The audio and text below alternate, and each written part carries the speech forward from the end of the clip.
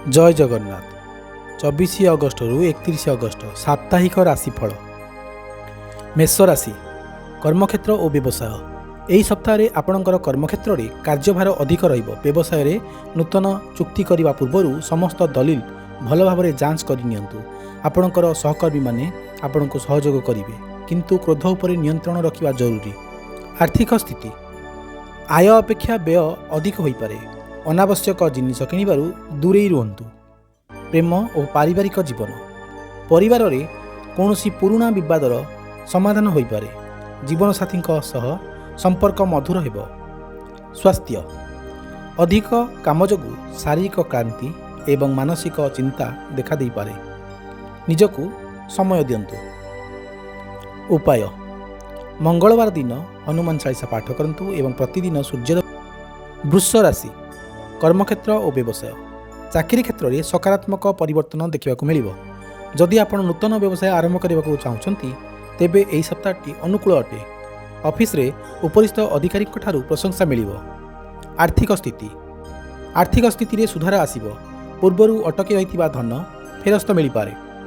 प्रेम और पारिवारिक जीवन परिवार रे कौनसी शुभ कार्यर आयोजन हो पारे। प्रेम जीवन रे परस्पर प्रति विश्वास वृद्धि पाइब। स्वास्थ्य साधारण रहिब, किंतु बाहर खाद्य खाइबारु दूरे रुहतु। एही सप्ताहर उपाय शुक्रवार दिन मंदिर रे धला मिठा दान करंतु। मिथुन राशि कर्मक्षेत्र और व्यवसाय। कथबार्तार संयमता रखंतु, नचेत कर्मक्षेत्र में क्या जुक्तितर्क हो पारे। व्यवसाय कठिन परिश्रम करने को पड़ो, किंतु सप्ताह शेष आड़ को भल लाभ मिल। आर्थिक स्थिति आर्थिक देणनेण मामलें सतर्क रुहतु। क्या ऋण दिंतु ना।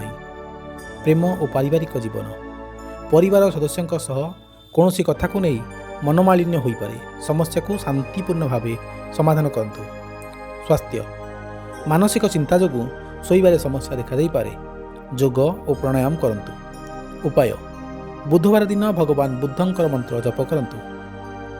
कर्कट राशि कर्मक्षेत्र और व्यवसाय। यही सप्ताह आपन को नूतन सुयोग मिल। चाकरी रे पदोन्नति किंबा बदलिर संभावना रही। व्यवसायी माने नूतन कौशल प्रयोग करी सफलता पाइबे। आर्थिक स्थिति आर्थिक दृष्टिकोण सप्ताहटी बहुत भल। नूतन विनियोग पाई समय उपयुक्त। प्रेम और पारिवारिक जीवन दाम्पत्य जीवन सुखमय हेब।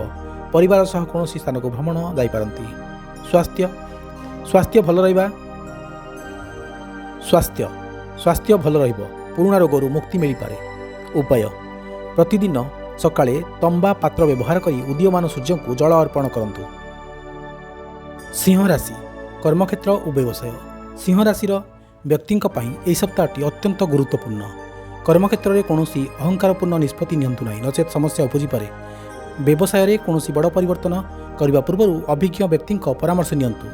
आर्थिक स्थिति आय भल हेब, किंतु अप्रत्याशित खर्च आपणकर बजेट बिगाड़ी दे पारे। प्रेम और पारिवारिक जीवन निज साथी को भावना को सम्मान दियंतु। परिवार रे बड़ मानकर स्वास्थ्य प्रति ध्यान दियंतु। स्वास्थ्य मानसिक चाप वृद्धि पाइपारे। निजको शांत रखा चेष्टा करंतु। उपाय रविवार दिन 108 थर गायत्री मंत्र जप करंतु। कन्या राशि कर्मक्षेत्र और व्यवसाय। बुध ग्रहर स्थिति कारण आपणकर बौद्धिक क्षमता वृद्धि पाइब। कर्मक्षेत्र में आपणकर काम को समस्ते पसंद करेंगे। व्यवसाय में अंशीदार मानकर सह संपर्क भल रहिब। आर्थिक स्थिति आर्थिक योजना करने समय शुभ। भविष्य पर संचय कर सफल हेबे। प्रेम और पारिवारिक जीवन प्रेमी जनकर सह समय अतिबाहित कर सुजोग मिल। परिवार रे शांतिर परिवेश रहिब। स्वास्थ्य पेटजनित समस्या देखा दे पारे, तेणु खाद्यपेय प्रति सतर्क रुहतु। उपाय बुधवार दिन भगवान गणेश को दुर्वा घास अर्पण करंतु। तुला राशि कर्मक्षेत्र और व्यवसाय। शुक्रंकर प्रभाव जोगु आपणकर व्यक्तित्व आकर्षणीय हेब। कर्मक्षेत्र में नूतन संपर्क गढ़ी उठिब, जहाँ भविष्य में लाभदायक हेब। व्यवसाय में भल अग्रगति हेब। आर्थिक स्थिति भौतिक सुख सुविधा एवं नूतन जिनिस किणवे धन व्यय हो पारे। प्रेम और पारिवारिक जीवन सामाजिक कार्यक्रम में जोग देवे। जीवनसाथी पूर्ण सहयोग मिल। स्वास्थ्य संपूर्ण भल रहिब एवं आपण स्फूर्ति अनुभव करेंगे। उपाय प्रतिदिन भगवान हनुमानकर पूजा करंतु एवं सुंदरकांड पाठ करंतु। ବିଛା ରାଶି କର୍ମକ୍ଷେତ୍ର ଓ ବ୍ୟବସାୟ। କର୍ମକ୍ଷେତ୍ରରେ କୌଣସି ପ୍ରକାରର ରାଜନୀତି କିମ୍ବା ଗୁପ୍ତ ଯୋଜନାରୁ ଦୂରେଇ ରୁହନ୍ତୁ। ବ୍ୟବସାୟରେ ପ୍ରତିଦ୍ୱନ୍ଦିତା ବୃଦ୍ଧି ପାଇବ, କିନ୍ତୁ ଆପଣଙ୍କର ପରିଶ୍ରମର ଫଳ ଅବଶ୍ୟ ମିଳିବ। ଆର୍ଥିକ ସ୍ଥିତି ଗୁପ୍ତ ସୂତ୍ରରୁ କିମ୍ବା କୌଣସି ପୁରୁଣା ବିନିଯୋଗରୁ ହଠାତ୍ ଧନପ୍ରାପ୍ତିର ଯୋଗ ରହିଛି। ପ୍ରେମ ଓ ପାରିବାରିକ ଜୀବନ। ପ୍ରେମ ସମ୍ପର୍କରେ ସନ୍ଦେହ ଭାବନା ଆସିବାକୁ ଦିଅନ୍ତୁ ନାହିଁ। ପରିବାର ସହ ସମୟ ବିତାନ୍ତୁ। ସ୍ୱାସ୍ଥ୍ୟ ରକ୍ତଚାପ କିମ୍ବା ଆଖିଜନିତ ସମସ୍ୟା ପ୍ରତି ସାବଧାନ ରୁହନ୍ତୁ। ଉପାୟ ଶନିବାର ଦିନ ଶନି ଚାଳିଶା ପାଠ କରନ୍ତୁ ଏବଂ ସୋରିଷ ତେଲର ଦୀପ ଜଳାନ୍ତୁ। ଧନୁ ରାଶି କର୍ମକ୍ଷେତ୍ର ଓ ବ୍ୟବସାୟ। କ୍ୟାରିୟର ପାଇଁ ସପ୍ତାହଟି ବହୁତ ଆଶାଜନକ। ଏକରୁ ଅଧିକ ସୂତ୍ରରୁ ଆୟର ସୁଯୋଗ ମିଳିପାରେ। ବ୍ୟବସାୟିକ ଯାତ୍ରା ଲାଭଦାୟକ ପ୍ରମାଣିତ ହେବ। ଆର୍ଥିକ ସ୍ଥିତି ମଜବୁତ ହେବ। ଭୂମି କିମ୍ବା ବାହନ କିଣିବା ପାଇଁ ଯୋଜନା କରିପାରନ୍ତି। ପ୍ରେମ ଓ ପାରିବାରିକ ଜୀବନ। ଭାଇ ଭଉଣୀଙ୍କ ସହ ସମ୍ପର୍କ ଅଧିକ ସୁଦୃଢ଼ ହେବ। ପ୍ରେମ ଜୀବନ ସୁଖଦ ରହିବ।